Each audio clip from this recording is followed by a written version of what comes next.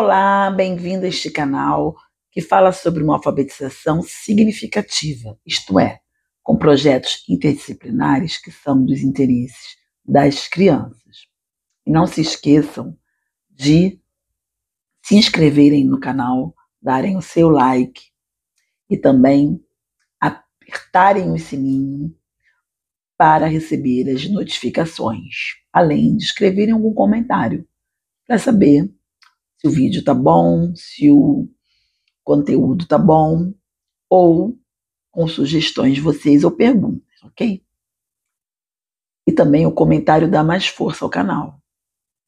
Eu não divulgo muito o canal, eu deixo lá no meu canal, quem está pesquisando e se interessa, acha lá o canal. Então, assim, quando você achar o canal, não se esqueça de se inscrever, deixar o seu comentário também, tá? Para eu também ficar sabendo o que você está achando, tá? Então, gente, eu vou continuar aqui com o resumo do capítulo deste livro, A Criança na Fase Inicial da Escrita, Alfabetização como um Processo Discursivo, da Ana Luísa Bustamante Smoker, tá? E eu estava falando no outro vídeo sobre este capítulo, Salas de Aula, Relações de Ensino. Então, continuando, você tem que ver o outro vídeo. Assim, o outro vídeo, gente, eu fui falando, estava fazendo aqui, confeccionando umas atividades para as crianças, entendeu? E ficou bem assim, espontâneo, eu acho. Mas aí ficou com barulho do material que eu estava confeccionando, mas tudo bem, vai ficar assim mesmo. Mas, enfim, eu ia falar no próximo vídeo, neste vídeo, sobre o que acontece na sala de aula. Ela analisou, né, uma sala de aula em uma escola que ela estava fazendo a pesquisa, junto com um grupo dela de pesquisa. Então, ela fez uma análise desse contexto da sala de aula em duas turmas de primeira série. Em uma dessas turmas, isso aí, gente, foi em 1988, tá? Então já faz muito tempo. E assim, eu fico assim, chocada com a quantidade de crianças, 35 crianças. Aonde eu trabalho em Niterói, a modulação vai até 25, o que já é um limite bom de crianças, né? Para você alfabetizar. 35 crianças realmente é uma sobrecarga pedagógica, como diz o Freinet. Ele intitula aqui também seja no máximo 25 crianças, tá bom? Para que se tenha um processo de ensino-aprendizagem satisfatório. Isso aí já prejudica muito, né, essa sobrecarga de crianças, de estudantes, né, o processo de alfabetização, tá bom? Então, assim, não é culpa só da professora, mas também das condições de ensino e aprendizagem. E, assim, ela analisou, né, o fazer pedagógico da professora, a prática pedagógica, e a gente vê que isso hoje em dia ainda acontece. Sim, sim, ainda acontece. Esse tipo de prática, que também ela analisa assim, os equívocos da professora, o que causa uma indisciplina na sala, a não aprendizagem das crianças. E também eu também coloco muito a questão do excesso de alunos, de 35. Mas nessa época era assim mesmo. Eu tenho uma foto minha do fundamental que eu estudei em escola pública, e eu acho que era mais ou menos isso. Se não chegasse a 40, né? Era um absurdo. Mas, enfim, tem escolas que ainda têm essa grande quantidade, né? Mas a minha realidade vai 25 no máximo, apesar dessa modulação também não ser mais a mesma, se, tá? Fora que você também ainda tem, hoje em dia, as crianças com necessidades educativas especiais e os sem laudo, né? E antes não existia a inclusão. Bom, enfim, então, essa primeira série, que não era série, não era ciclo, eu trabalho com ciclo, né? Corresponderia às crianças de 7 a 8 anos, né? Que seria o segundo ano do ensino fundamental. Tá? Então, é, são crianças não de 6 fazendo 7, de 7 para 8, né? Então, também existe essas, né? A gente frisar isso, essas questões, tá bom? Então, ela, né, analisa ali, descreve a sala de aula, os procedimentos metodológicos da professora, tá? E que ela trabalha com o método silábico, e a professora tem 35 crianças na sala, sendo a metade tendo muita dificuldade no processo de alfabetização. Então, essa metade ela colocou de um lado, do lado esquerdo dela, a mesa do lado direito, e a outra metade eram os que estavam, né, escrevendo alfabéticos ali do outro, na direita, do lado direito. Tá? Então ela botou mais longe os que tinham mais dificuldade, que a mesa dela estava do lado direito, em vez de botar mais perto, né? Então, assim, ela fez essa divisão já, tá? E as crianças, nessa época, escreviam com a letra cursiva. Claro que com 7 para 8, 7 anos, elas têm desenvolvimento motor, maior coordenação motora fina, né? Maior desenvolvimento da coordenação motora fina do que uma criança de 6. Eu já recebi criança de 5 fazendo 6, né? Na verdade, a criança tem que fazer 6 atualmente até 30 de abril, né?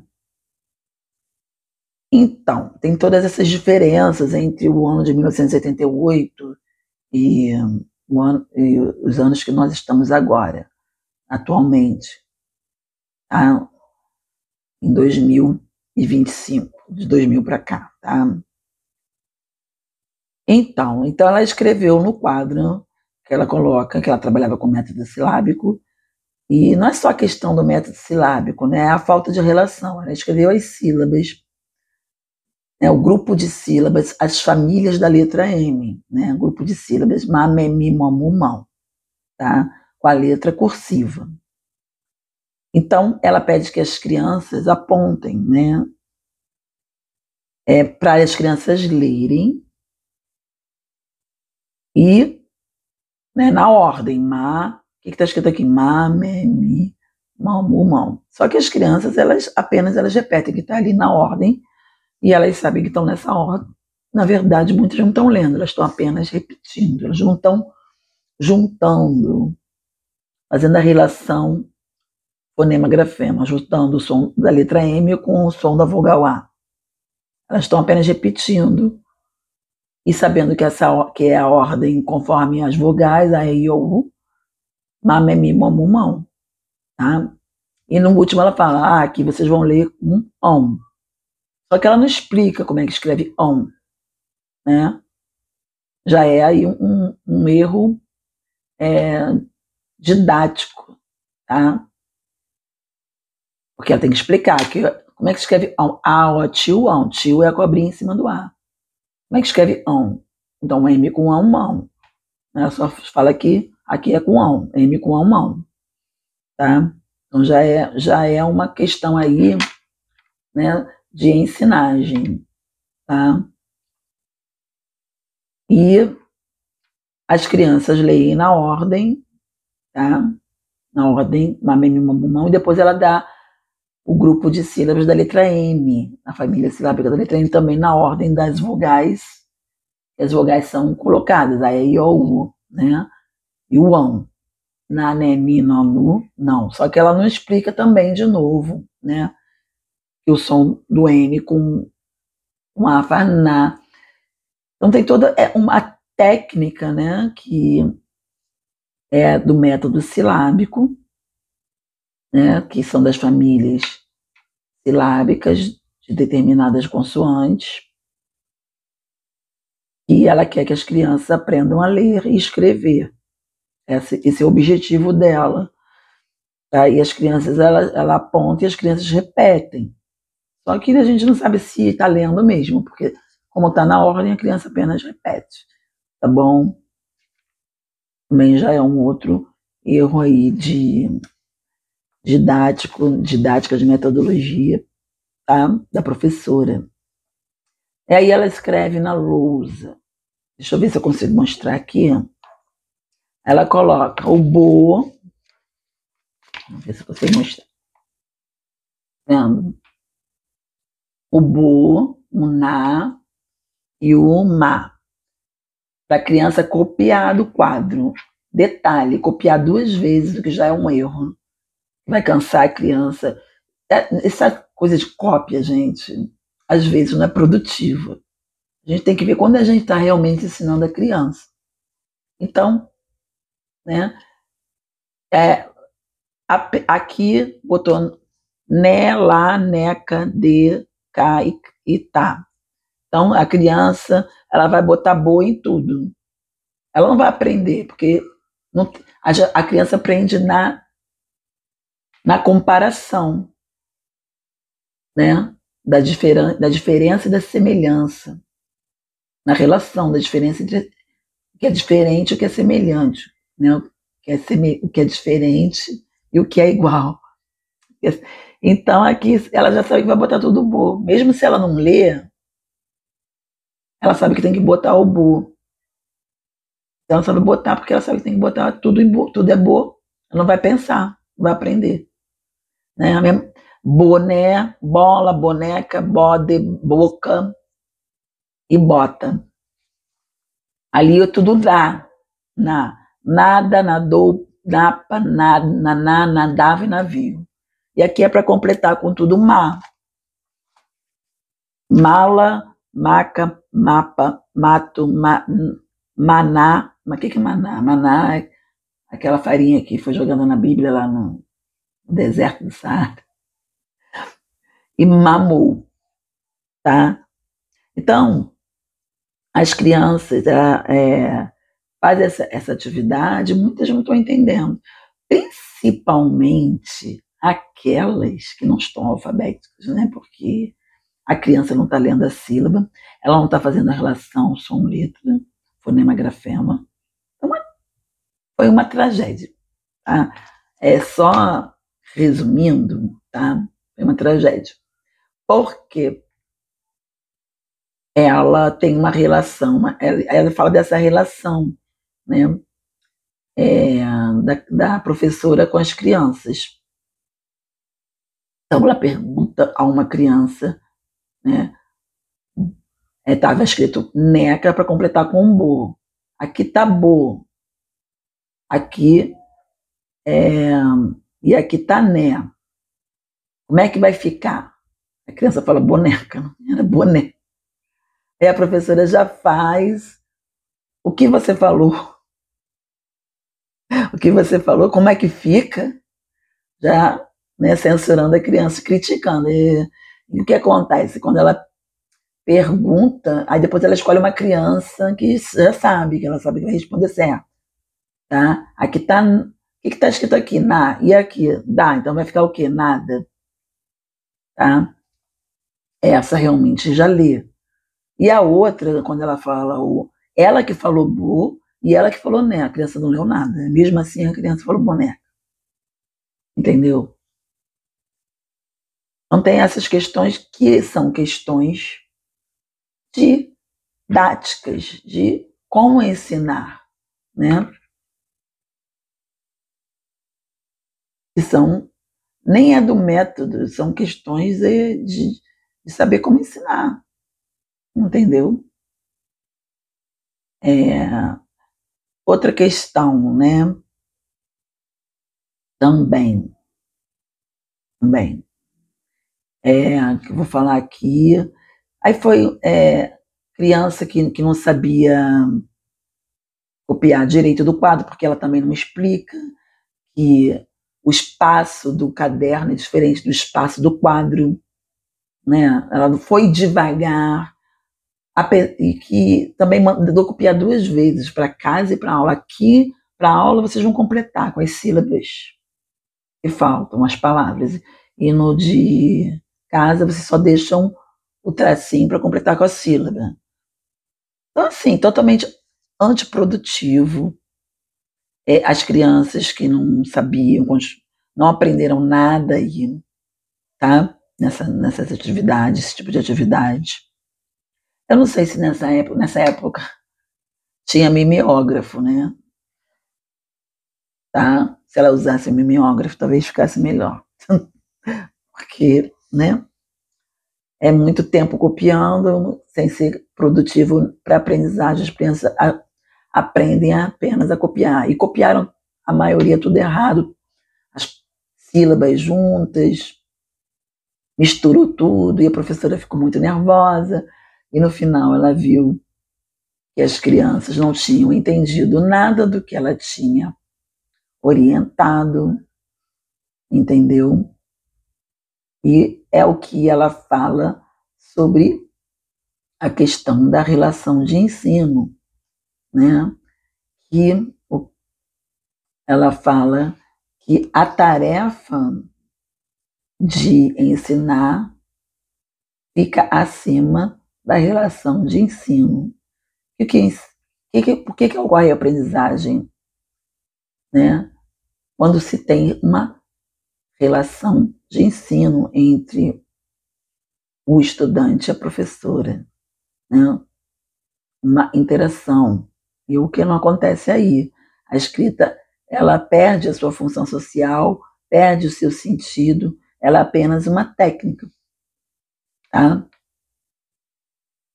Então, ela fala, se perguntarmos neste contexto, quem faz o quê, a quem, onde, quando, temos a resposta, né? Quem faz? O professor. Faz o que? Ensina. O que ele faz? Ensina a escrita. A quem? As crianças, os alunos. Onde? Né? Na escola. Quando? Durante a aula. Mas se, além disso, perguntarmos por quê, para quê e como, né? Por que se ensina a escrita? Para quê? Qual a função? Qual o sentido de se ensinar a escrita? Como ela ensina a escrita às crianças, a linguagem escrita, né? Então, ela analisa esses indicadores que são observados nas atividades de sala de aula. Então, ela está ali como pesquisadora, analisando esses indicadores, analisando a aula da professora, analisando os estudantes, né? Como eles aprendem ali ou não aprendem, por que eles não aprendem, né?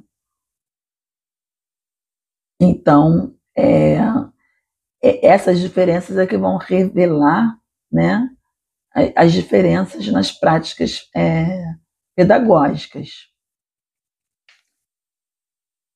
Então,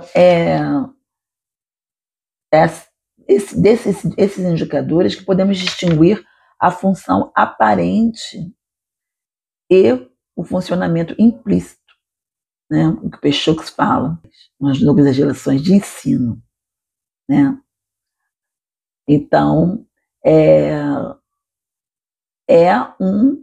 uma relação que a professora ela assume o papel ali de ser a professora aquela que ensina a tarefa, E os alunos, aqueles que aprendem, só que eles assumem os seus papéis ali na relação de ensino, né? A professora que ensina aos alunos que não sabem. Então, é só a técnica da escrita, sem um sentido, sem uma função social. Então, ela fala do espaço físico, né, da sala, e, e qual é o objetivo ali, né, nessa sala. A função deste lugar social é promover a alfabetização. Será mesmo? Será que isso acontece? Né? Então, o que acontece? A professora, ela analisa a série de equívocos da professora, tá? Que ela tem uma certa concepção, né, de ensino, e que ela ali ela tem o objetivo de ensinar as famílias silábicas da letra M e da letra N. E ela imagina que as crianças estão aprendendo essas famílias silábicas.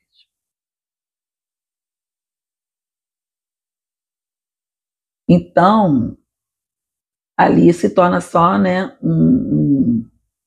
só com as sílabas, para juntar as sílabas e formar palavras para as crianças lerem. Mas é só, né? Mas as crianças estão aprendendo mesmo na pressuposição da professora, estão, mas ela acaba descobrindo, chegando ao fato que elas não estão, e ela começa a ficar nervosa, porque as crianças realmente não entenderam nada, e começa a fazer a tarefa toda errada, juntando tudo, misturando tudo. Então, porque pela fala dela, né? Quando ela fala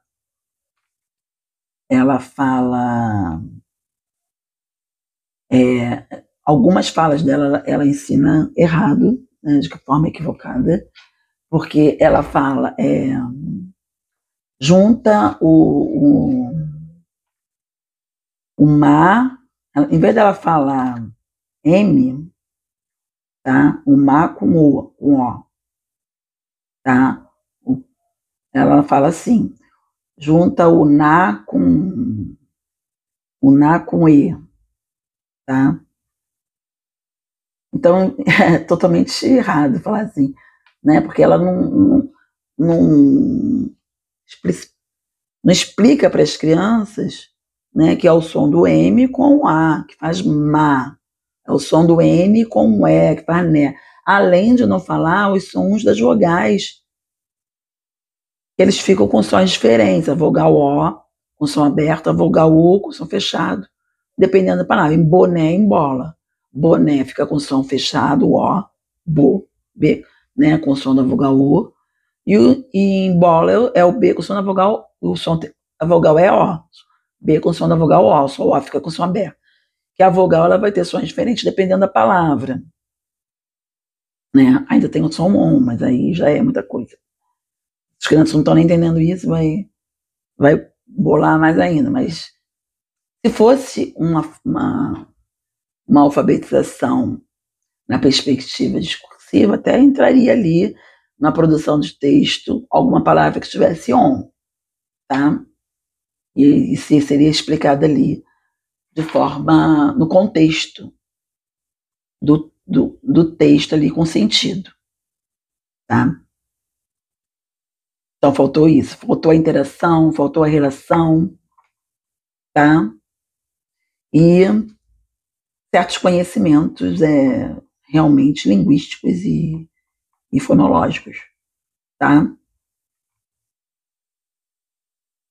É, então, tudo isso causa o quê? Causa o quê? Causa o quê? Entre essas 35 crianças, a professora chegou à conclusão que 17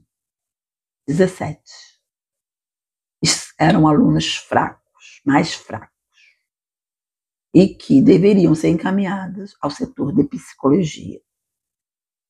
E com os testes aplicados, o IPC, foi constatado cientificamente pela psicologia que essas crianças eram crianças deficientes, marginais ou lentas, e que eram recomendadas para a classe especial. A professora, aliviada, viu que não eram os procedimentos metodológicos dela, mas as crianças é que eram que tinham problemas, não ela. Entendeu? É isso. E aí, o que acontece nessa época? Metade das crianças de turmas de alfabetização, lá em 1988, também a partir dos anos 70, né, anos 70, 80, até antes, né, eram consideradas, repetiam de ano, que não consideradas, que não aprendiam, e repetiam, até evadirem. Muitas crianças não chegavam à quarta série, que atualmente é o quinto ano. Tá? Isso é que acontecia. Hoje em dia, existe o ciclo, não em todo o Brasil, eu acho, né? Mas onde eu trabalho existe o ciclo. Então, quando eu entrei na rede de Niterói, começou o ciclo, mais ou menos quando eu entrei. Acho que foi um pouco antes, 2004, tá? E aí, até a gente entender que que era primeira série era segundo ano, e criança no primeiro ano era 6 anos, primeira série era 7 anos, era segundo ano, era 7 anos, era todo um ajuste ali para a gente entender. E que as crianças, no primeiro ciclo, que é primeiro, segundo e terceiro ano, era correspondente ao ciclo de alfabetização. Elas passariam, não teria mais retenção, só até o terceiro ano, que elas teriam até o terceiro ano para serem alfabetizadas. Só que a mesma coisa, elas foram passando e muitas chegavam no terceiro, iam para o quarto sem estar alfabetizado. O terceiro era retido, ainda é assim. No terceiro é retido, tá? Mas só pode ser retido, se eu não me engano, 2 anos. Mas, mesmo assim, muitas chegam lá no quarto e no quinto sem serem alfabetizadas e chegam no terceiro ciclo, que é correspondente ao ginásio, né, na época, a quinta série, que é o sexto ano, ou analfabetas ou analfabetas funcionais, tá? Sem conseguir ler um livro, a compreender um texto que está num livro didático, tá? É muito complicado isso que acontece, tá? Ainda. Então, a Smoker faz essa análise. Por que esse fracasso escolar das crianças na alfabetização? Tá? E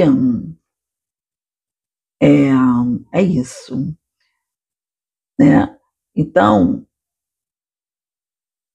É essa alfabetização sem sentido, tá?